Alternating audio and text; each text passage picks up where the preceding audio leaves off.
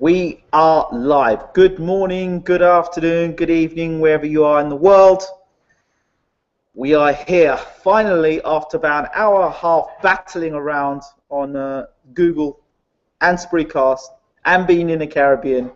It's no excuses, but we're here. And we're going to talk about a few issues. Mayweather, Maidana, which is the moment, which is what everybody's tuning in for and looking forward to watching tonight.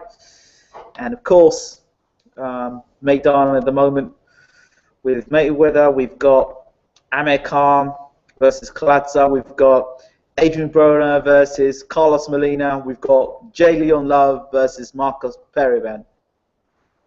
So 3 of those 4 fights could be main event fights, to be honest with you. So, you know, we're getting 3 main event fights in one package on one night. So one of the fights, well, 2 of the fights people are pretty sure the fighters will win, which is Mayweather and Broner. But it's interesting. Let's see if I can get this links. Let's send these links out to a few people. I think we'll get a few people there and get them to join in, and we should be fine. And then I'll start talking about every fight that I went through. Let's see.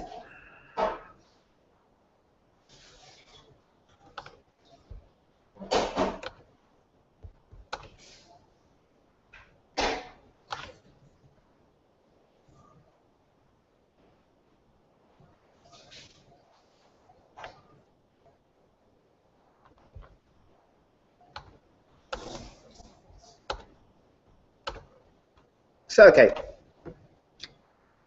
I've got a viewer. I think that might be Michael. He's gone. It's back. It's the only viewer we've got. Okay. Let's see if we can get this camera up.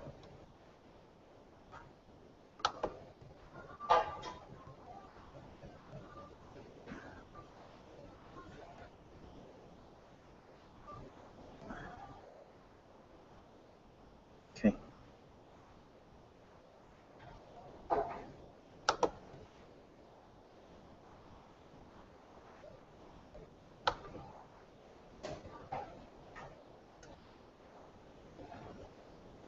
Control room. Just gonna have a little look around and see if we can find how we can get others involved in this. This chat room. Anybody have chat? It's there. So what I'm going to do is just talk about the upcoming fight tonight, and then I'll just ask you guys to join the chat room. If you check on the, I've just added chat there, and we can talk about tonight's fight. Right. I think we'll start with Marcos Periban and J. Leon Love. My thoughts. I think coming into this particular fight for J. Leon Love, I wasn't impressed with his fight against Rosado, to be honest. I really wasn't. I thought that his fight against Rosado, he seemed pretty vulnerable. Let me just put this link out again to people.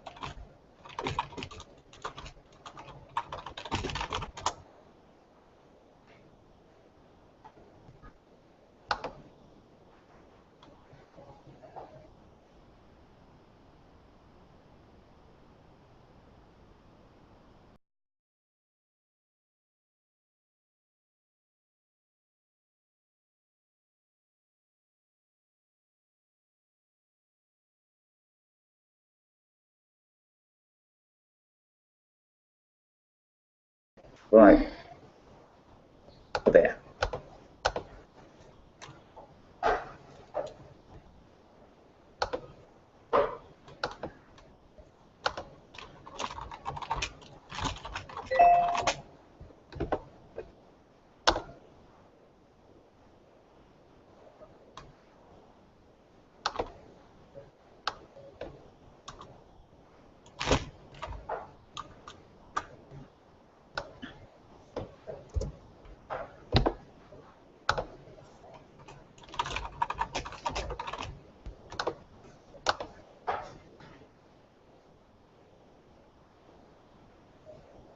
Okay.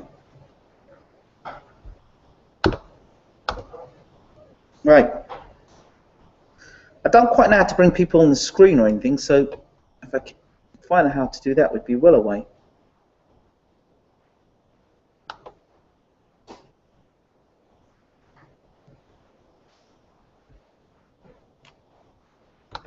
let's see who the 3 viewers are. It doesn't say who the viewers are. It doesn't tell me a link. It doesn't say anything.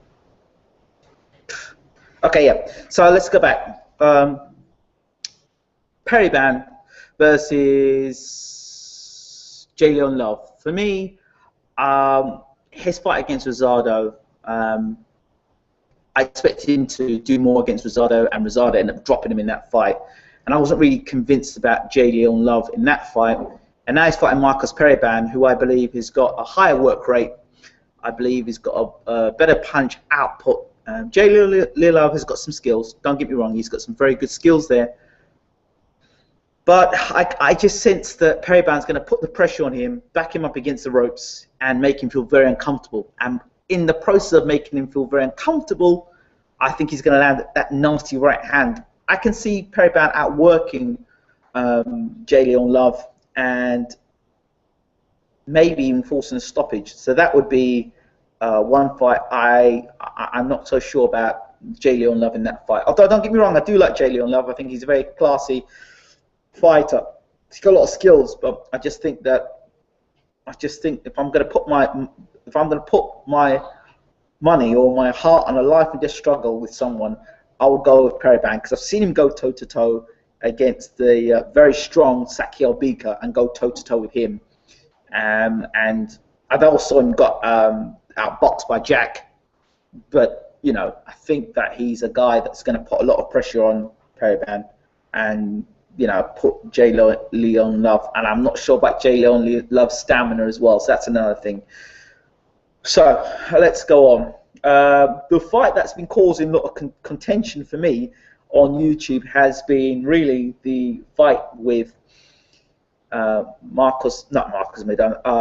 Khan and Luis Collatzo. Now it seems, it's quite apparent that people seem to not like when I have an opinion about a fighter. You know, if I have an opinion about a fighter, just because I don't agree with the general boxing consensus, I'd suddenly become a hater. That's not the case. I don't hate any fighter. I never have done, and I never will hate any fighter. Anybody who gets in the ring, you've got to give them full respect for.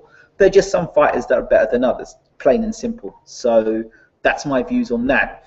I also think that when you're looking at fighters, you have to be honest. Amir Khan is a very exciting fighter. He's got very fast hands. He was Olympic silver medalist. You know, but for me, I don't think when he started his professional career, he had a trainer that really was experienced and taught him how to fight. You have an inside game and how to fight on the outside. If you look at Amir Khan, he is always confused as whether to box from the outside or to box on the inside. I don't think physically he's strong enough to fight on the inside, where his new trainer now has got him fighting on the inside and staying in the pocket. His old trainer, Freddie Roach, is a very attacking coach. Teaches fighters to go forward all the time. If you look at Freddie Roach fighters, they're very good going forward. When you back them up, it's another matter altogether. And for Amir Khan, it was never his attack that was the problem. It's never his attack that's the problem. It's when he chooses to attack is Amir Khan's biggest problem. And if you look at the fights he's been knocked out in, had he been a bit more careful in his approach, he may still, like for example, the Danny Garcia fight, when he threw the punch, when he got caught, his chin was up in the air. You know, this guy is Olympic silver medalist, and you would think at a certain level, at a certain part of time in his career, you know, a trainer said, you know what, you got knocked out by Prescott, so that'll teach you about running in with your chin up in the air. Tuck your chin down, or get your chin tucked in, and box behind a decent defense. So nobody ever taught Khan that. So for me, if you're not being taught those things, and you're going to wait till now to learn those things, well, you have to look at the guy who's training you now to see what he's done with you. So you got knocked out by Danny Garcia. When you got knocked out by Prescott, you blamed it on your trainer, and then you moved to Roach. You got knocked out by Garcia, you blamed it on your trainer because you thought Roach had more time with Pacquiao. Now you've gone to Virgil Hunter. Two of the fights you've had have not been impressive. One was against Carlos Molina, who fights Broner tonight. And let's be honest, Molina is a blown up. He's a lightweight who's fighting as a light welterweight. He's blown up. He's a lightweight, and that's what he is. He's a lightweight. And Amir Khan, as fast as he was and as blurring hands bit as he was, He did not look impressive against Molina. And then you look at his fight against Diaz. It was a life and death struggle against Diaz. So you want to see some sort of progression from Amir Khan. But it seems to me that he's gone backwards since he's gone to Virgil Hunter. So you look at Virgil Hunter and ask yourself the question, all right, Virgil Hunter, what does he bring to the table? What is he teaching Amir Khan? And how is he developing? So this is the third fight tonight. He's under Virgil Hunter, and now he's going to fight against Luis Collatzo, who's a natural welterweight. Now, Khan was getting bullied. Let's be honest, he got bullied by Peterson and against Maidana in the lighter weight division. I don't understand. You go up 7 pounds, suddenly you feel that you're stronger. But bear in mind the guy who is a natural welterweight, you know, who's a stronger, who I believe will maybe the stronger man in the fight. We don't know what Khan's going to do at welterweight. We really don't. He may come out tonight and put a really fantastic performance on and blow Luis Collatzo away. That's what he needs to do.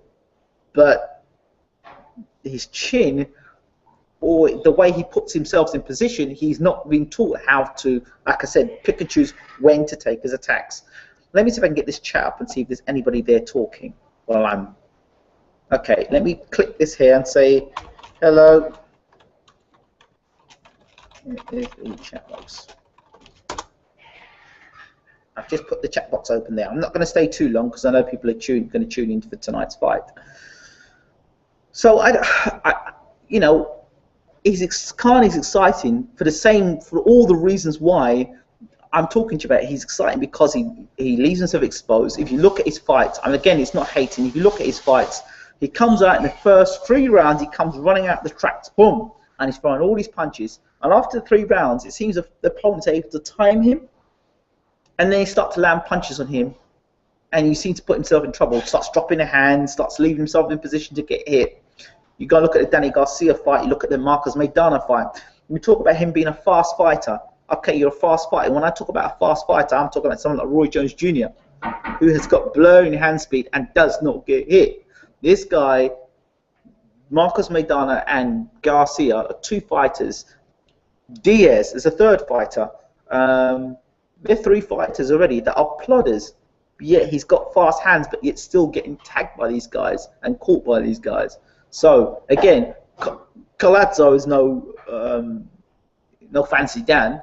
He'll come straight at Khan, I believe, tonight. So the question is, how strong is he at welterweight? Will he be able to absorb the punches that Collatzo lands on him? And I believe Collatzo has studied Khan, and I believe what he needs to do is get Khan up against the ropes and make him fight the back foot. If Khan can negotiate that tonight and keep Collatzo on the outside without engaging, which he's going to have to do something he hasn't done in his career up to this point, which is not engage. He has to use the boxing skill and keep Collatzo at distance, make him miss, make him pay. Question mark as well, Collatzo as a southpaw. How well will Khan do against a southpaw? These are all questions that need to be answered tonight.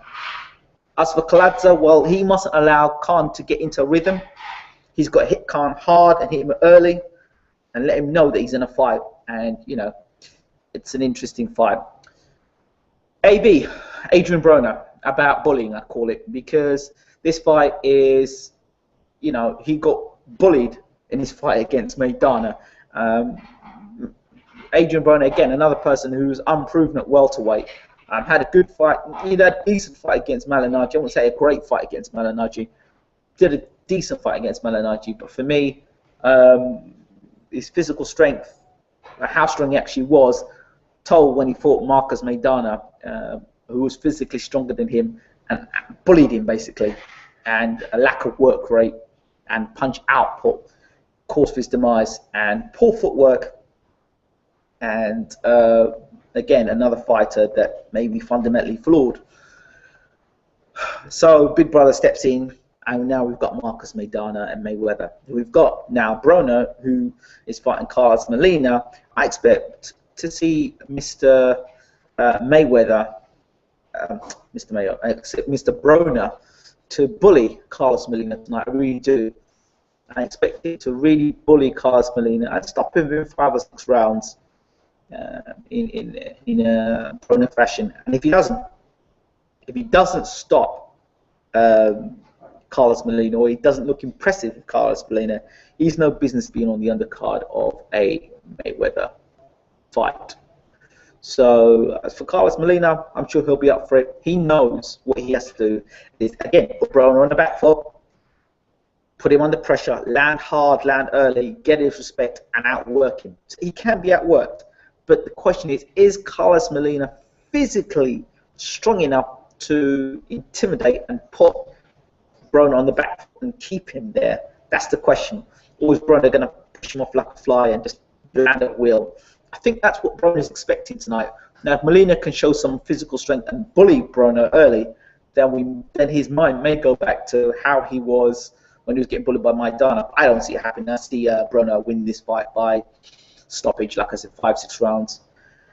And the big one, the big controversy with Mayweather and Maidana. The fight was called off because Mayweather, or Leonard Ellerby, turned around, who is the advisor to Mayweather, turned around and said there'd be no fight because the gloves which Maidana was choosing, I think it was the Everlast gloves that he was choosing, were not good enough. They didn't have enough padding, according to Mayweather, and Mayweather said that these are the reason why people are getting killed in boxing and why Maidana has been knocking people out.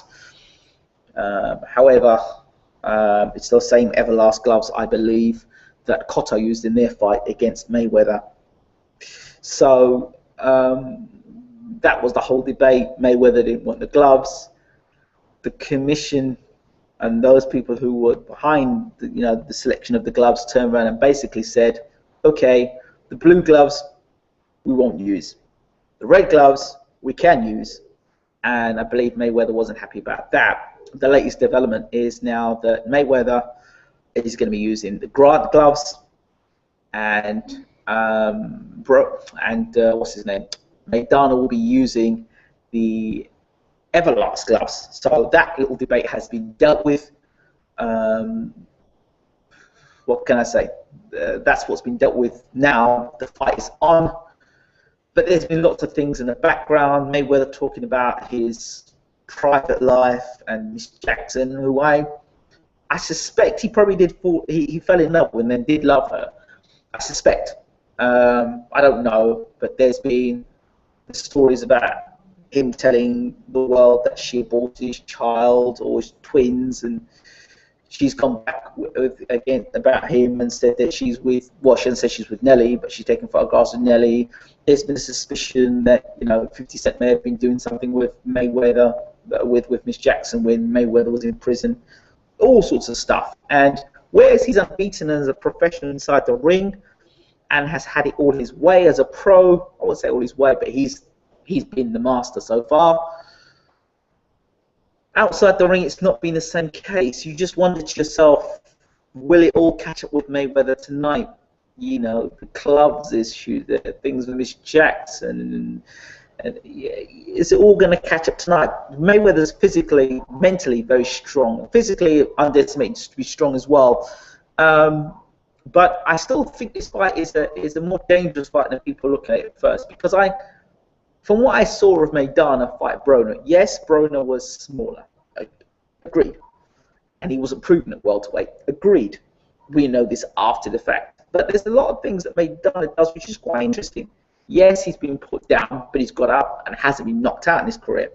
The other thing, Maidana does have a 80 and 90% knockout ratio, so he can't punch with either hand. Some people saying he's the biggest puncher that Floyd has met, and we yet to know what happens if Mayweather is seriously hurt in a fight and he's dropped, whether he'll come back. A lot of people don't expect Maidana to lay a glove on Mayweather.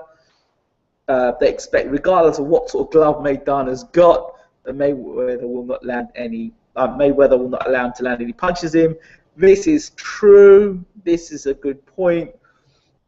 But however, Shane Mosley was able to land that big right hand, as we remember, in the second round. And as you know, and you see there, Mayweather is no god. There's always the possibility that Mayweather may get caught with the overhand right. And Maidana has 3 sneaky punches. He has got the overhand right. He has got the left hook, the left jab come left hook, which he sneaks in, and the left jab, which he throws to the body. And of course, he's got those body shots, which are very good. And Mayweather's not getting younger; he's getting older. So there's always a possibility that this could happen. The general consensus, and the general consensus is Mayweather wins the fight on points, unanimous decision. That's the general consensus. Mayweather saying he's talking about a stoppage. The general consensus is that Mayweather's going to pick apart Maidana and win the fight on points, or even a late stoppage.